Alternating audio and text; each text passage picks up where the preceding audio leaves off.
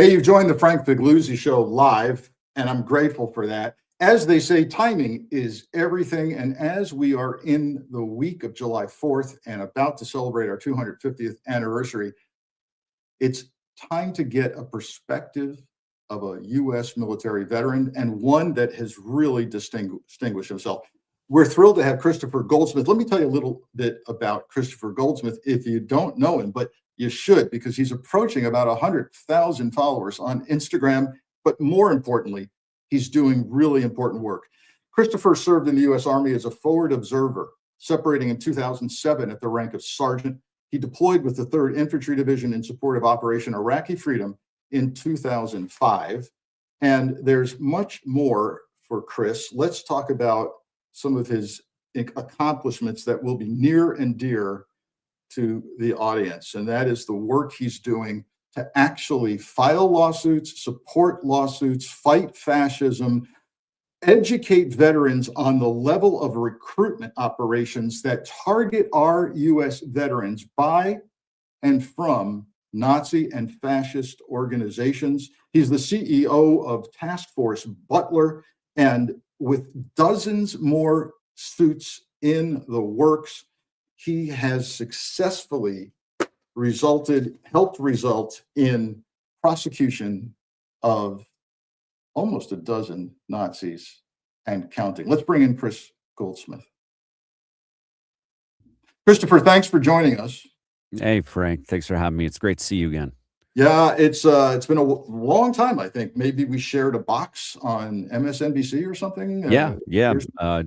Deadline White House. There you go. Used to be a regular over there. Absolutely. Yeah, same here.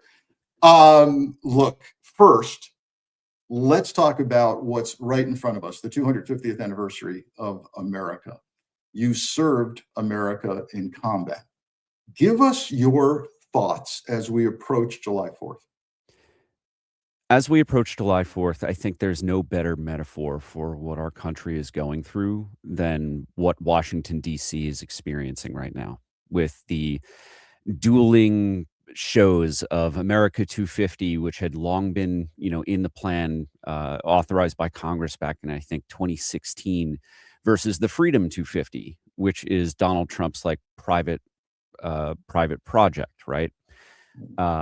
The banners of Donald Trump's face on things like the Department of Labor that I was just in DC last week. I mean, it was shocking. The fences that are all over DC right now to supposedly protect crowds, but there's no crowds there, right? Because we're in a moment when fewer Americans, and polling is showing this, fewer Americans today are proud to be American than ever before. Eddie Glaude has a new book, the name USA America, I can't remember the exact title, that just came out, and he's been doing the media rounds talking about how he's kind of ashamed to be American today. And as someone who fought for our country and who wore an American flag on my shoulder, in a combat zone, I used to hear people say things like that and I would get seriously upset. But now I understand. I understand the life experience that Eddie is speaking about, and I understand the hundreds of thousands of veterans who right now are like me, kind of feeling like, was it all worth it? We told ourselves we were fighting for the Constitution. Just yesterday, a handful of Supreme Court justices tried to say that the 14th Amendment is unconstitutional, that the Constitution is unconstitutional. That is absurd. So, we're in a rough place entering this quarter millennium. Boy, Chris, coming from you, that really does hit hard. And I think you've actually encapsulated just briefly here the Washington, D.C. as metaphor for what this country is experiencing, whether it's the algae in the pool that no one believes was the result of a 350-foot gash with a knife, the posters hanging, all symbolic of Trump making this all about him. And now we get word that Saturday, at the fireworks at the mall, you may have attended in the past. I sure have, many, many times living in DC. It's a family event. But no, at 9 p.m., when the fireworks should be going off, he will be giving a lengthy speech about himself. And fireworks won't start, for those with kids who want to go, they won't start till 10:30. And if you want to get in, you're going to park yourself there for hours that day in the heat and humidity because of the security. They're going to lock it down. And again, all about him. So yeah, thanks for that. And it's also not lost on me that I'm looking at you with a T-shirt. A combat veteran is now wearing a T-shirt saying, "Defend your local library." That's where we are, Kristofer. What, before I get into some really good questioning, let me just ask you about the T-shirt. Yeah, so this is one of many T-shirts that Veterans Fighting Fascism, my nonprofit, sells, and it's meant to be taken literally. When fascism comes to the United States, and I hope people are learning this, it's not just in Washington D.C. It's not just in the people's house, right? It's not just Donald Trump. It comes in your backyard, and fascist organizations like Moms for Liberty that go around taking control of school boards and town councils and banning books at your local library, at your child's school. That is where fascism actually affects you the most on a day-to-day basis. Like, yes, going to war with Iran because Donald Trump and Pete Hegseth want to prove that they're tough guys, that is a major, big world event, right? But most Americans are not touched by the war in the way that their kids are touched by Moms for Liberty, when Moms for Liberty says that anything about Black history is now deemed racist and therefore banned, right? They're preventing children from growing up with critical thinking skills, which is going to sabotage generations to come. Yeah, and you are an expert not only on extremism, but extremism as it pertains to the military and veterans. And I'm not telling you anything you don't know, but the absence of knowledge and systemic ignorance, as we see in libraries, the books that are not on the shelves are as important, if not more so, than the books that are being put on the shelves. And so ignorance ties right into extremism, because you just lack information. Tell us about your journey to specializing in extremists and how veterans are targeted and the work that you're doing. So I'm going to try and condense like 20 years into just a few minutes. Yeah. I was in the Army from 2004 to 2007, came out in a bad kind of way, was all sorts of vulnerable. Leading into that, I grew up as a conservative, as a Republican. That's how I identified. Nobody imposed it on me. I remember pretty clearly during what was the toughest time in my life, 2008, during 2007 going into 2008, when the Republican primaries were going on. I identified as a Republican.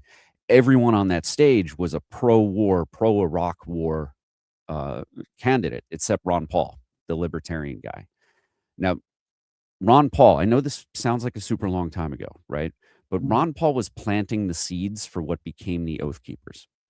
Ron Paul was planting the seeds for the stolen election lie that Donald Trump took advantage of, which led to our insurrection that the Oath Keepers were involved in. While I wasn't involved officially in the campaign, Ron Paul's the only candidate that I ever walked around the block to support, right? And that group of veterans, these anti-war vets, like Stuart Rhodes, they all came out of Ron Paul's little world where he pitched this alternative version of history, right? Stuart Rhodes was a Yale law school educated guy. Like someone like him with an eye patch, you think he's a combat vet. You might learn later he shot himself in the face. You shouldn't trust a man like that. But I didn't know, right? So I'm thinking this Yale-educated lawyer, he must be a smart guy. So when he interprets the First or Second or Fourth or Fifth Amendment for me, I'm going to believe him because I've just got a high school education, right? So that's where I came from. Now, over time, I eventually became a veterans advocate. I started school, learned how to think critically in my late 20s. That's when I finally got into school and started to learn what critical thinking even was. Right. I started working for veterans organizations as for Vietnam Veterans of America because I was the youngest guy in the room. I was assigned social media, and I found an imposter account meant to look like my own employer. Hundreds of thousands of followers. Long story short, it was the Russians. 2 years later, I produce a massive 200-page report on all the different ways that my community is targeted by foreign entities. Now, because my organization was a 501c3, not a C3, but a nonprofit organization, and we represented a broad political spectrum of Vietnam vets, my boss told me, he's like, you have to focus on the foreign threats. If you're focused on disinformation and radicalization and that kind of thing from domestic threats, it's going to be a report about Donald Trump during his first presidency. So it's like, you have to focus on the outside. The pandemic happened. I got laid off. And that gave me an opportunity to follow my research, this disinformation and radicalization pipeline, to its natural conclusion, which was the influence of domestic organizations. So in 2020, during the pandemic, I graduated from Columbia University, got laid off, and had to shut down my nonprofit all in the same week. And congratulations on the degree, and you're unemployed. Yeah. Had a lot of time on my hands, and a friend of mine that I served with, and we had never had a conversation leading into this topic at all, calls me out of the blue and says, "Hey, Goldie, I joined a neo-Nazi organization and I want you to help me take them down." Now, he had seen me on TV. He had seen me, shaking hands with Senator McCain wearing a suit, and he made a lot of assumptions. He thought that I could go talk to my FBI buddy and that we could wrap up a whole Nazi organization. You know better than anybody. Right. That's not the way things work. Doesn't quite work that way. Yeah. But I'll be honest. I thought it was at least going to be somewhat like that. And when he used the term neo-Nazi, I thought he was being hyperbolic. It wasn't until I was inside of Patriot Front, kind of like his digital alter ego, until I was inside watching them converse 24/7, sharing propaganda and speaking intelligently, speaking critically about the nuances of National Socialism and fascism and monarchism, and debating which they should align themselves more with. I took them, I went in underestimating them. And then when I saw them talking about how they were thinking about, and this is the early days of the pandemic, thinking about deliberately getting COVID because they considered themselves as young white men likely to get good care, they could go to Harlem and spread it, and they could kill people. We're talking about terrorism. That would be a form of bioterrorism. Yeah. And after that, I can't ever look away. Now, I'm not doing the infiltrations and research the way that I used to, but I am trying to ring the alarm bells, because there's a very small civilian component of researchers who've been operating without support forever, doing this kind of work. So the numbers speak to the percentage of veterans that seem to occupy this space of extremism, and the arrest count at January 6th, for example, got all of our attention between the military and law enforcement.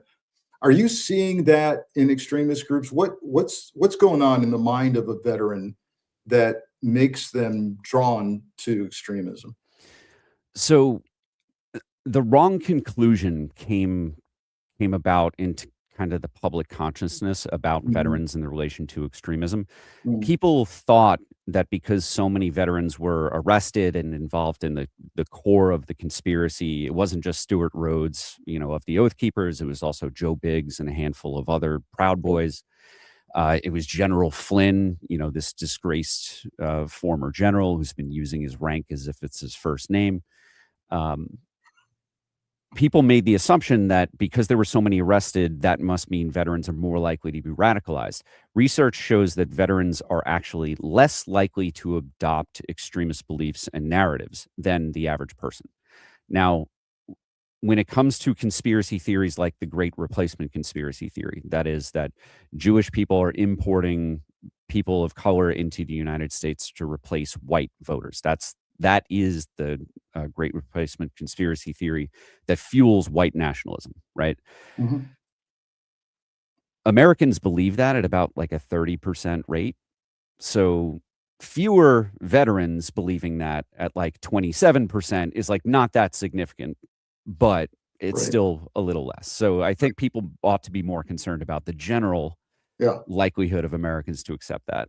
But the reason that extremist groups specifically target veterans is not for the things that you might assume, like the weapons training, the small units tactics. It's for the same reason that JP Morgan Chase and Bank of America target us. Like, I went to Columbia University, all of the big consulting firms targeted veterans because in American culture, we carry a level of credibility and influence that other Americans just simply don't. Doesn't matter True. how you break us down in demographics. Veterans are more likely to change the minds of people around them. It's why I have a microphone in front of my face, right? It's the 4 years I did in the military service. It's the reason for the rest of my career. Yeah, it's So true. There's credibility there. yeah. Are they so? It's helpful to hear you kind of correct the record on the association of veterans that we all have in our minds of, hey, it seems to me they're disproportionately represented. Maybe not. Mhm.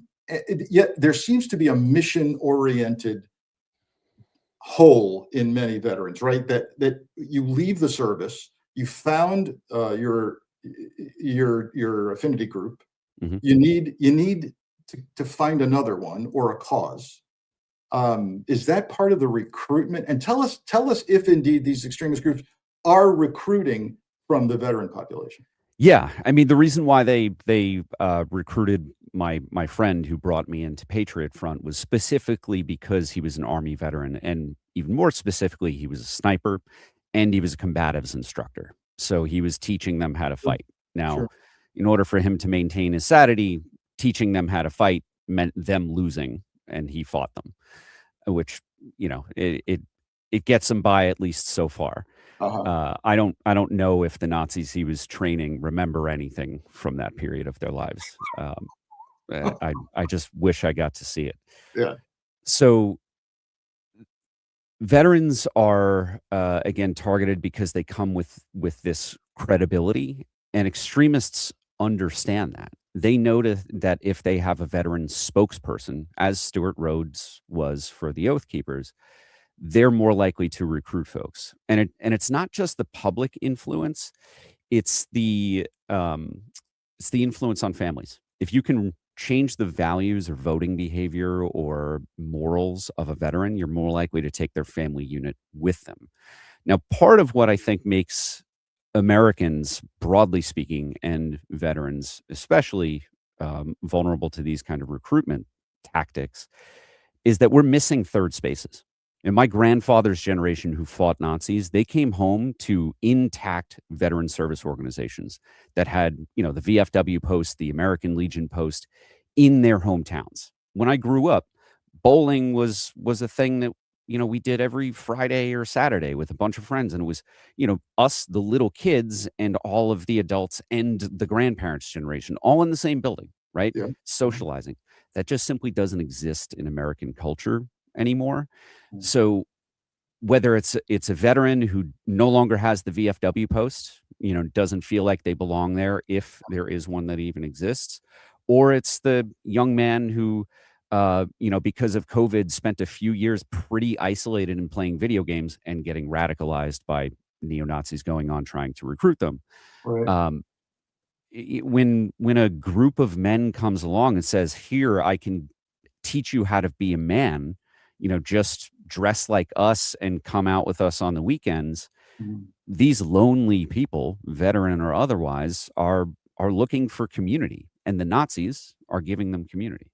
Yeah, to their credit, they stepped up and offered something that our society is not doing very well at. And so, speaking of that, this so-called bro culture Mhm. that we see heavily online, and kind of this over-the-top machismo, even leading to incel culture and otherwise, and misogyny. Mhm. Are you running up against that when you're reaching out to veterans? Yeah, there's I mean, there's no better example of this than Pete Hegseth, the current Secretary of Defense. Mhm. This machismo thing is a cancer in the military, and honestly, from the time that I got out of the military in 2007 up until 2004, the military had been doing a pretty good job of pushing that to the margins, right? When I served in the Army in 2005, I think, my brigade, meaning about I don't know, 1,000 or so, 800 to 1,200 people in our brigade size unit, or our battalion size unit. It got its first woman ever, right? We were otherwise an all male workforce where Sure. we were not exposed to women in the workplace at all. Right. In a segregated environment like that, it becomes really easy for young men, 18-year-old men like I was when I joined, to start to internalize sexism and have no mirror, no reflection to show you the ugliness, right? With the with the inclusion of women in combat arms, which, women have been graduating from Ranger School to the same standards that men always have, right? Women are test pilots, as Rebecca Bennett from Hellcats, one of Yeah. my I show hosts. want to talk She's about that. she's an elite test pilot. She has 2 Ivy League degrees, right? These women being in these roles, showing men physically and mentally that they can stand up and even do better than a lot of them, has helped to erode a lot of the misogynistic hate that men in the military have unfortunately shown. But now Pete Hegseth is doing everything that he can to reinstate that hate, which makes us all less safe. So I By think, yes, Sam, I think we've got a headline maybe with Hegseth and his position on women in the military. Maybe we throw that up when we get a chance. Let's go there, because it's not only Hegseth and women, but it seems that he's taking off of promotion lists minorities and Mhm, women. Even very recent top, well-respected Army general, I mhm. believe, um, just pushed out. What are you hearing? What are you thinking about people who are on a list because they earned their position on that list, seemingly, and now we're taking them off. Are we headed toward an all-white male leadership cadre in our military? That is what Pete Hegseth's aim is, and this is broader than Pete Hegseth as an individual. It's this kind of Christian nationalist extremism that he's coming in with. It's a religious sect that is trying to politicize our military, and to push women to the margins. Now, Hegseth will come out and say, "Oh, I don't think that women shouldn't be in the military. They just shouldn't be in combat." Okay, well, when I deployed to Iraq, along with tens of thousands of other, troops from all of the other branches, it was a combat zone. The entire country was a combat zone. Right Sure. now, everything around the Persian Gulf, the Strait of Hormuz. I mean, the U.S. Navy sunk an Iranian ship far outside of that theater, right? If you say that women don't belong in combat, but yes, they can be in the military, what does that really mean? They all have to stay stateside, and that we have a gender segregated force.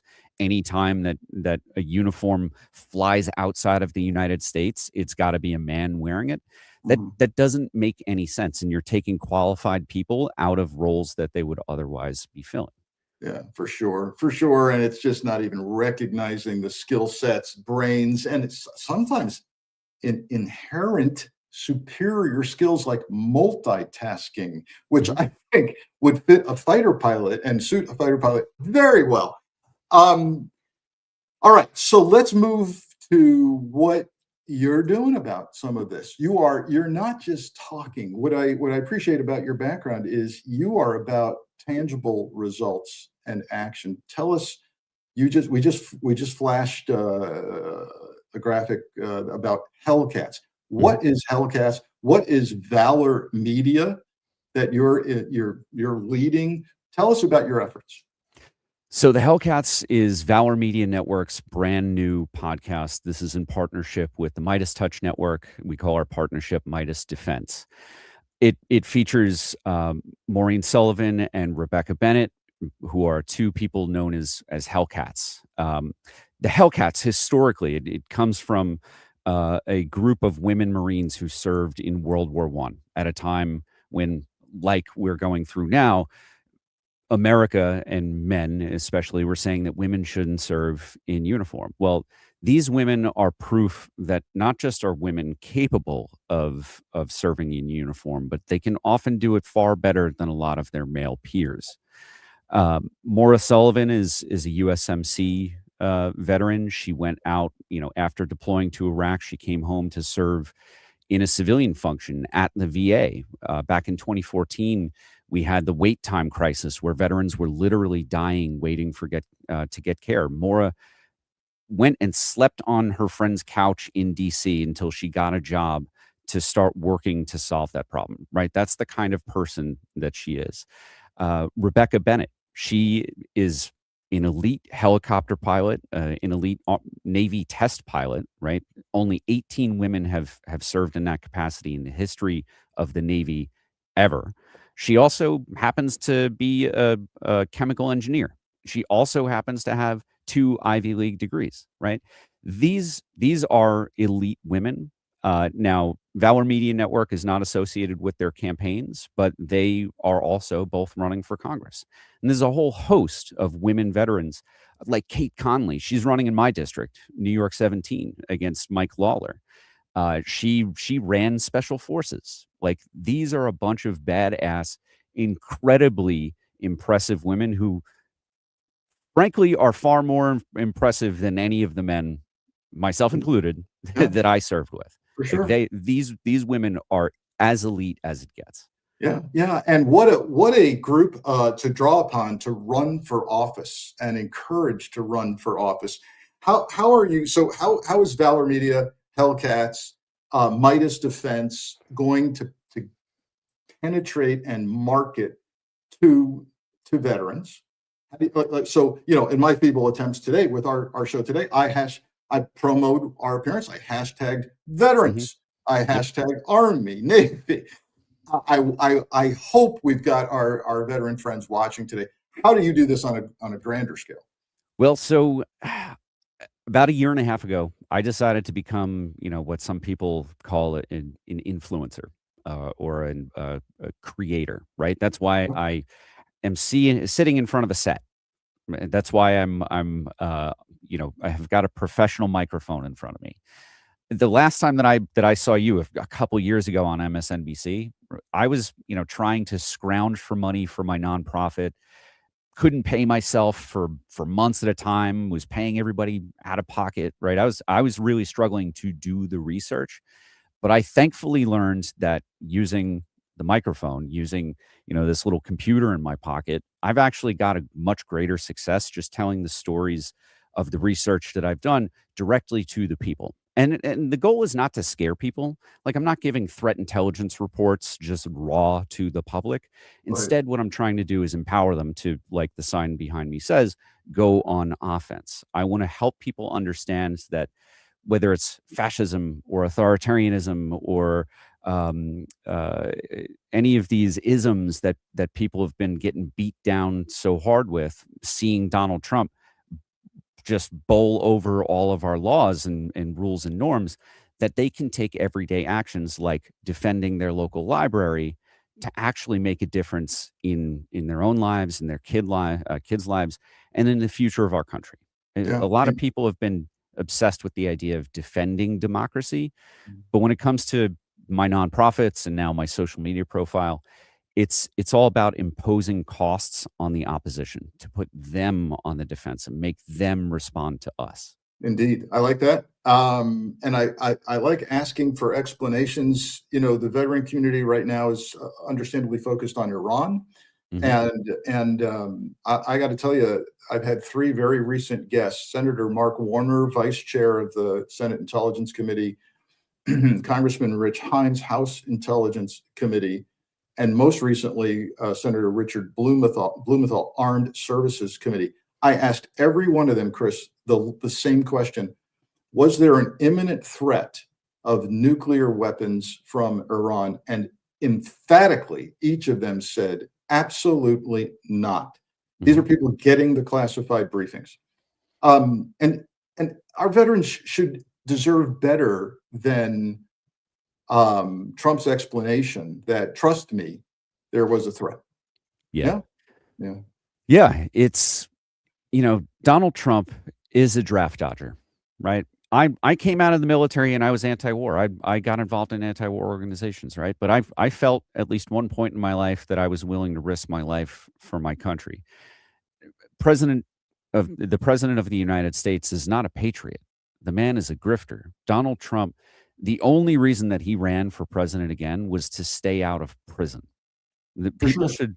I know that MAGA likes to reframe this and be like, "Oh, he's risking his life. He's out there. He's got a bullet grazing his ear." Yes. He risked his life to stay out of prison because prison for him, Well, that kind of consequence would be the most humiliating thing ever. And veterans deserve more. The Yeah. service members who are overseas right now near the Strait of Hormuz deserve better than to have someone who is so selfish and so narcissistic in control of their lives. I mean, the threats that he was making to commit genocide, to destroy the entire nation of Iran, to blow up desalination plants and power plants, which would do what? Create tens of millions of refugees, which wouldn't stay in Iran, right? That Yeah. would cause an even bigger global crisis. The service members deserve better than to have a commander in chief who can't think of the second and third order of effects of any direction that they give, any order that they give, and to commit a threat to commit mass atrocities. I mean, I don't think that any American, bringing it back to 250th, I don't think that any American of my generation grew up imagining that we'd have a president of the United States who threatens to commit genocide. That is Yeah. unfathomable. The trust me, I know the truth thing is, even extended to the fact that we're blowing out of the water people in the Caribbean, and just trust us. We're telling you, they are drug dealers, and some of it makes zero sense, and some of it will be found to be war crimes inevitably someday. You just struck me with something. You said the timing is interesting. You mentioned the common refrain when you talk about Trump's a grifter. He's in it for himself, and you get the response. He's got a bullet that grazed his ear. You think he did that for himself? The reason why I'm smiling is I've got a troll that follows me, and I've now blocked him yesterday. But God darn it, if he didn't say the exact same thing. So I posted the recent financial disclosure from Trump that he, in just 2025, this is what he's reporting about his income in 2025, over $2 billion in his pocket in 1 year alone as our president. And sure enough, here comes that exact same mantra. What do you mean he's in it for himself? He took a bullet in the ear, and I swear to God, it is a scripted response. Yeah. I mean, they have their they all see the same videos. I'm not going to say that they read the same news because they don't read anything. They Right. watch the same videos. They all have the same talking points. And they don't know it, right? Most of my research when I was heavy into it, doing it, 12 hours a day, meant sitting and watching everything from what's going on in Telegram, like neo-Nazis in Europe, to the Russians, to domestic extremists, to watching Breitbart and Fox News, right? These narratives are just repeated throughout this entire information ecosystem that they inhabit and that they rarely ever exit. So I mentioned just now that I had Senator Blumenthal on from Senate Armed Services, and he is passionate. When I had him on, he insisted, please, let's talk about this bill I've proposed. And I want you to enlighten us on this as well, since we will have veterans listening. This is the Major Richard Starr Act proposed by Senator Blumenthal. in effect to counter some of the so-called, I love this name, Care for America's Veterans Act, which Yeah. has come out of the Republican side. And I love how they name these things: the Save America Act, the Care for America Veterans Act. And if I understand correctly, that act would actually reduce some of the veterans for disabled, some of the benefits for disabled veterans. And Blumenthal's trying to counter that for what he calls kind of the lesser combat related disabilities. Is it true? Do I have this right that combat veterans, disabled veterans benefits, at least in some circumstances, perhaps if they've served less than 20 years, have to come out of their own benefits, their own pensions or something? Are they asked to eat their own benefits? Yeah, it's called concurrent receipt. So for context, when I was working for veterans organizations, I was not there for social media. I was there for government and policy. I was part of the legislative affairs staff. So what concurrent receipt is, or what the Republicans are trying to keep in place, is making it so that a veteran can only collect like basically one disability check. So it's either you retired from the Department of Defense medically and you get that medical retirement, or you get VA disability, right? You can't collect, they're saying you can't collect both. Now, this might sound to people like it's really generous of the United States to provide disability benefits from two avenues. But think about, what it costs to live today. Veterans are not seeing our disability benefits, and service members are not seeing their pay reflect, the growth of inflation. We've been behind year after year after year. We are getting paid less than in real money, in real dollars. We're getting paid less than we used to.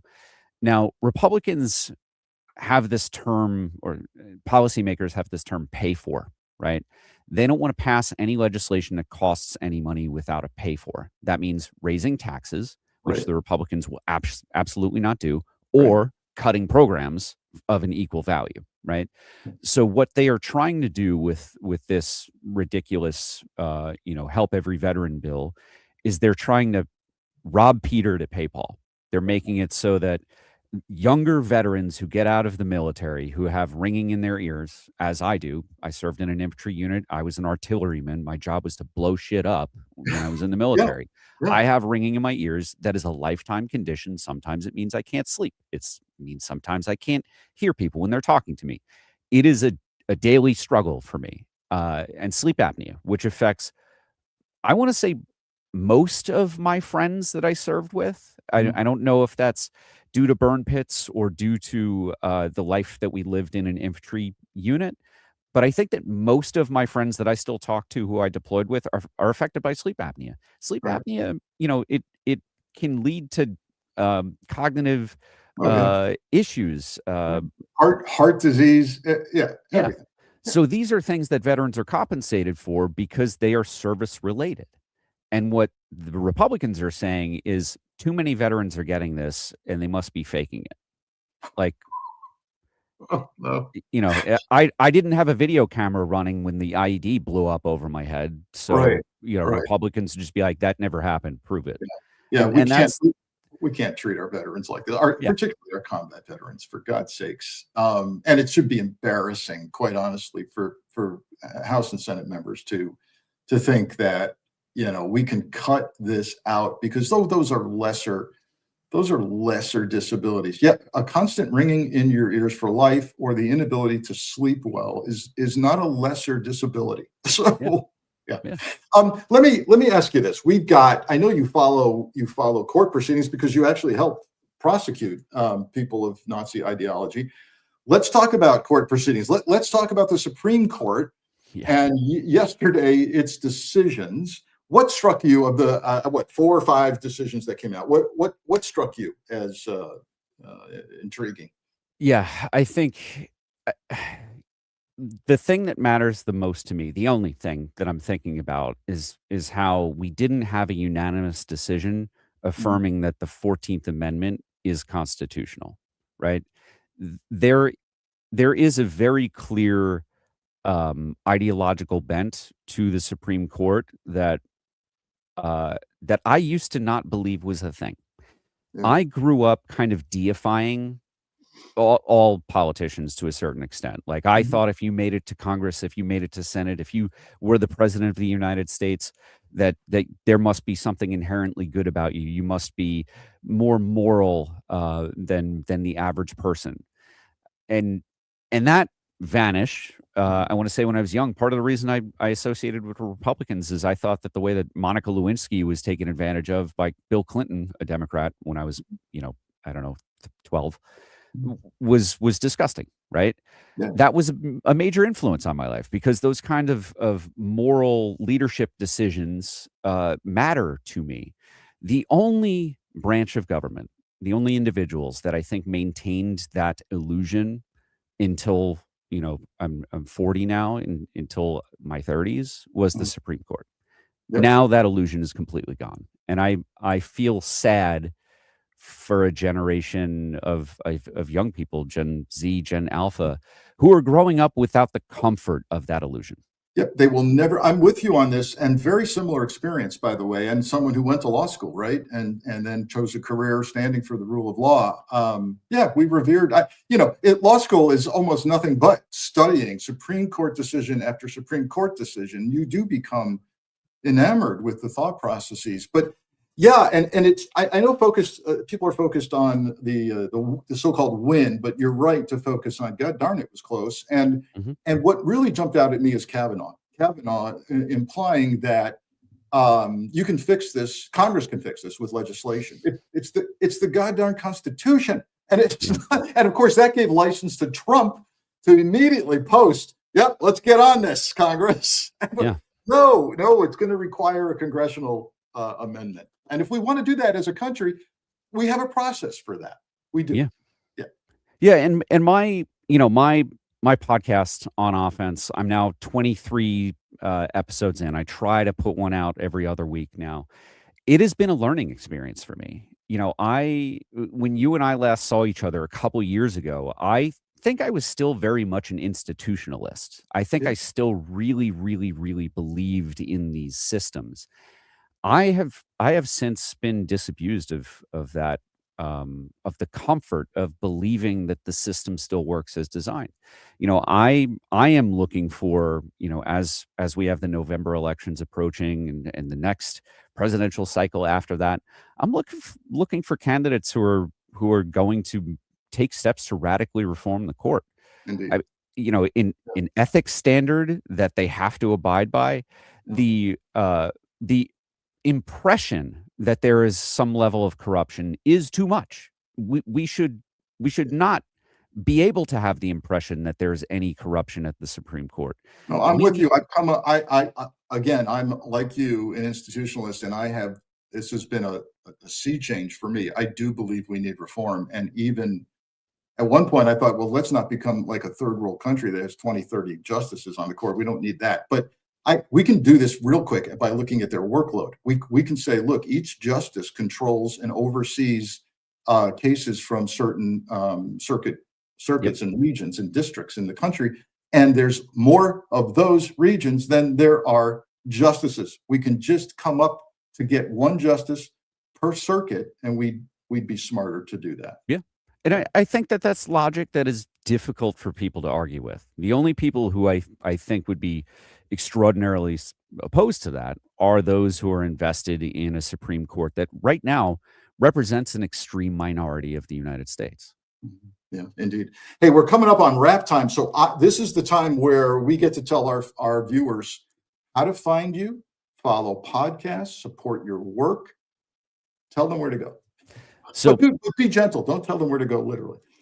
I will. So you're looking at my name as it's spelled on the screen right now, Kris Goldsmith. Kris Goldsmith 85 is my handle on TikTok, Instagram, all the other platforms. My main focus when it comes to my personal income, which if you want to support my work, the way to do it is Substack, onoffense.substack.com. Yeah. Our newest podcast is the Hellcats, featuring Maura Sullivan and Rebecca Bennett, two absolutely amazing women veterans. And I'm the president of Valor Media Network. We're going to be coming out with additional podcasts as we grow.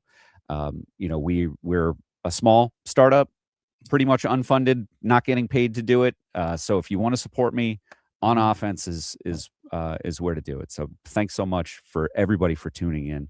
It's always great to see you, Frank. I wish it hasn't been this long. We should do this more often. Please, let's do that. I follow Chris. You should as well. And look, you know, this isn't a plea for money, but rather a plea for all of us that are independent and doing good work. If you think, well, I already pay, you know, I don't know, $200 for cable TV. That's not where it's at, folks. And you've got to find what you want to support in independent journalism and efforts and help everybody out, especially Chris. Chris Goldsmith, thanks for joining us. We'll see you again soon, and have a great weekend. You too, brother. All Good right. to see you. Thanks, man.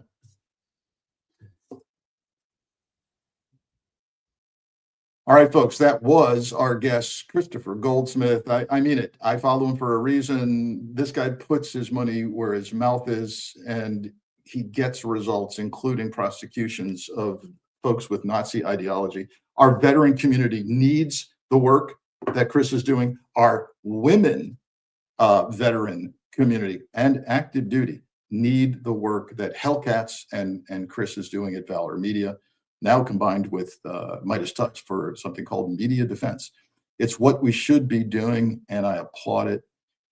You'll see me again likely on our Friday. Every Friday we have Frank Friday for a roundup of the week's news, and we'll be tracking security around July 4th events as well on Friday. Thanks for joining us. I'll see you next time on the Frank Figliuzzi Show.